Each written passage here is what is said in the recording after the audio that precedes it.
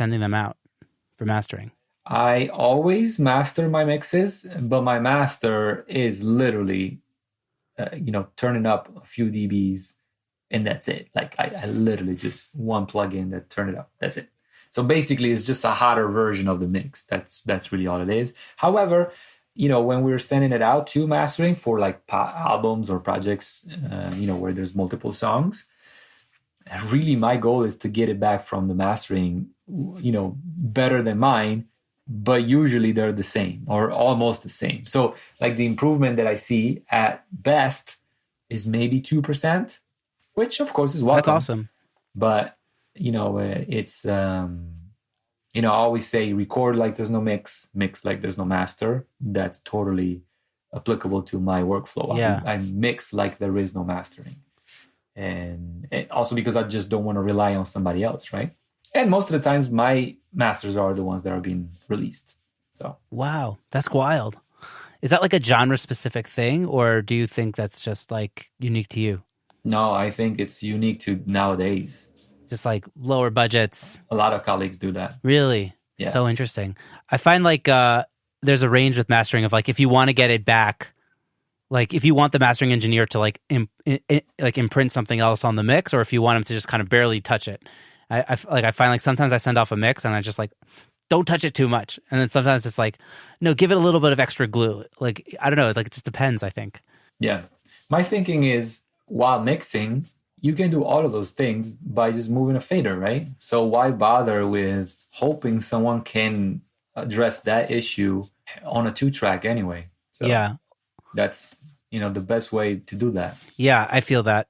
I think what's, for me, the number one reason to get something mastered is because I don't have objectivity by the end of a mix. And there's those like minute spectral stuff that I just don't know if I did right. Like maybe I should use a little bit more sub. I don't know. And it's not even necessarily about the room as much of just like your ears don't know anymore what's the right thing to do. Agreed. Yeah, for sure. I don't know. Just some thoughts. Yeah. No, you're right. Wait, so you mentioned earlier that you have a trademark sound. What would you say that is? Huge low end. That's my trademark sound. Yeah. My bass is deep. Hell yeah. I'm a bass player. I don't know if you could see my there you go. Yeah, I can see that. Yeah. Yeah, my bass, my low end is disrespectful, man. I'm often getting sued because I'm breaking speakers. We should all have that goal. Yeah. What do you have any tips for people who are looking to get more low end out of their mixes? Define what the format of it is. If we're talking about a kick, for example, decide okay, this song is in this key, and the lowest that we can get in that key is that. Okay, now that's your bass line. That's exactly where your building is attached to the ground, right? That's where it is. And once you establish that, then you can build everything on top. Start from the ground up, basically. Yep. Love it. Yeah, because it's all dependent on the key, right?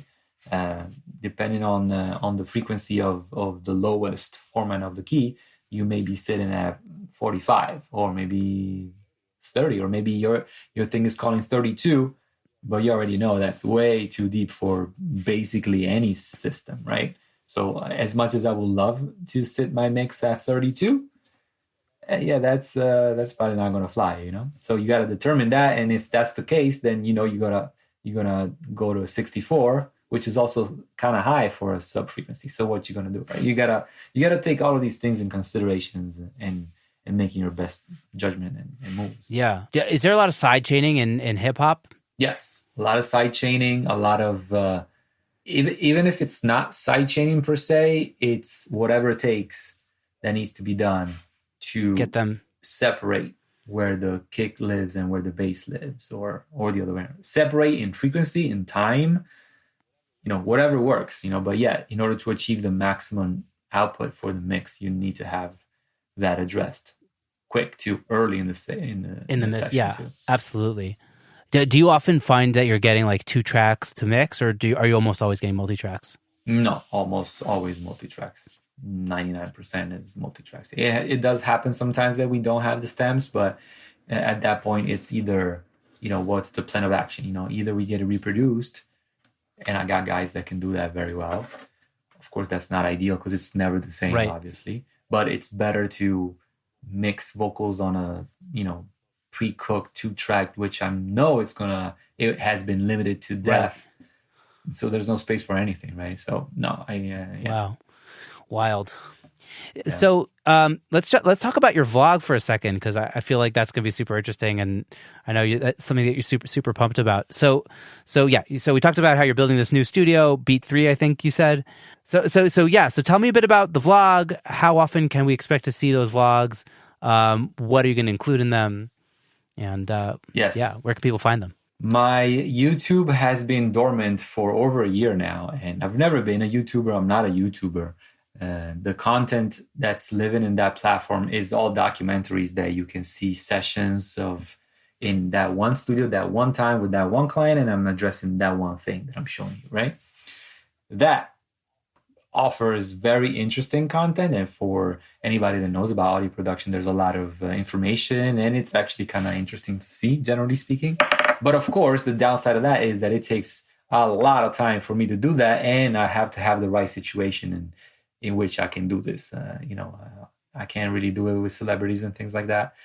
So it's so that's why the YouTube has been existing, but very slow. Now with the new vlog, the whole thing changes. First of all, it's a weekly released vlog. So every Wednesday at 9 a.m. LA time, there's a new episode coming out. And this is a completely different style of videos. First of all, I'm basically showing every step of the way what's going into making this incredible new studio, from the design to the first decisions to then breaking ground and building the thing. I'm building it from ground up. So we'll see actually the whole thing growing.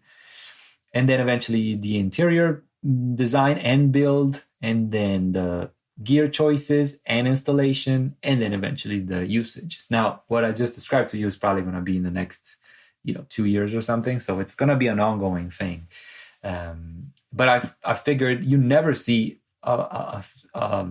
a building or an undertaking of that magnitude to be showed, because it's huge, it's very big. So good thing is real estate moves a lot slower than regular business. So of course, producing this kind of content is actually feasible. So even though it's a weekly release, I'm not making the content this week to be put out the next week, so there's time for me to show, also because in real estate, there's a lot of downtime.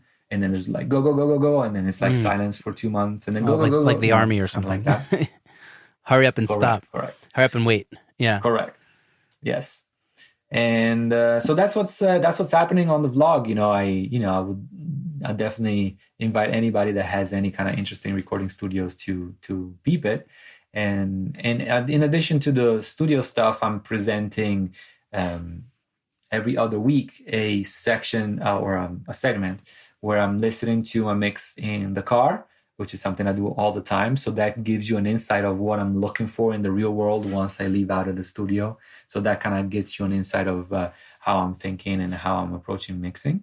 And then the other 2 weeks of the month, I am doing unboxing for bow ties like this one, where I'm, bow ties manufacturers from all over the world send me bow ties, and I get to open them and enjoy them with Sick. You.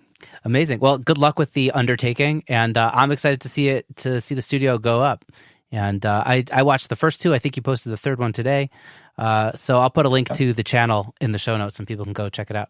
Yep. Yeah, for sure. Amazing. Do you mind touching a little bit on, I guess, communication and how you communicate with the various producers and artists that you work with? Like any important highlights, any important takeaways that you think the audience should know about? Music, first of all, is communication to begin with. It's an artist that is trying to communicate a message for the lyrics and an artistic solution for the harmonics content of it. And as far as the production, the whole thing is a genre or a song, whatever the case may be, right? So it is communication it's an art form based on communication to begin with. And for all of us that are working this field and dealing with producers, musicians, and songwriters and singers and whatnot, it's pristinely an area of communication. The communication that's happening between the mixer and the producer, that's what I was kind of talking about earlier, is, of course, it kind of goes without saying hilariously, but it's part of, it's like the the foundation of how the session will handle, right, or develop. And so it's very, very important. And communication at large with any kind of entity or team or relationship, whether if it's your wife or your family or your business partner, whatever, it doesn't matter. It's all about that communication. And so, yes, for me, it's very, very important. I make a very big effort. I put a lot of efforts into communicating with my clients as clearly as I can, and that doesn't mean that I don't do the text message. I do text messages all the time, but communication goes on so many different levels, and it's very important. Wow. How do you stay on top of all your stuff if you have so many clients and you're doing everything yourself? Do you have like an organizational method? I work all the time. That's how. That's really all it is.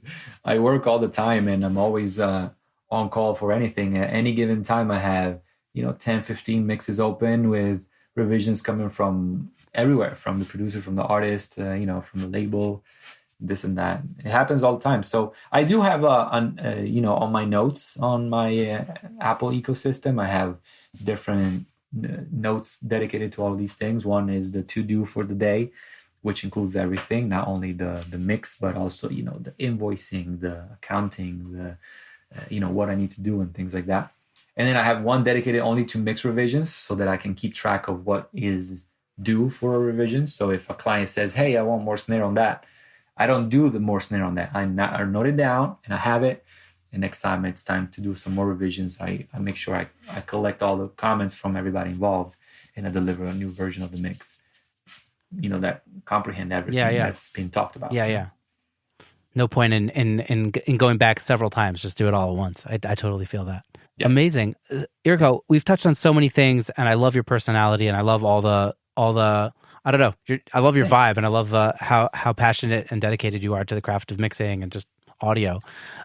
What's one thing that you would want to share with the audience? Something that you kind of, maybe you did or you didn't do at the beginning of your career, but you wish somebody had told you, and you'd want to tell somebody who's kind of at the beginning of their careers. Direction is more important than speed. Okay. Usually people give me like a whole spiel when I ask that question. You're like, okay, what was that, 4 words? So you got to keep your eye on this prize and don't worry about how long it takes, basically, is what you're saying. Yeah. Because, you got to only compare yourself to yourself of the past. You can't look around and see, oh, this person is doing that. Well, that person is a different guy. So why compare yourself to that? And with that, that's where my my little line is based on. Like, you got to make sure that you are always approaching a closer point to your end goal, rather than thinking, oh, I got to move quick, because a lot of people move very quick, going nowhere.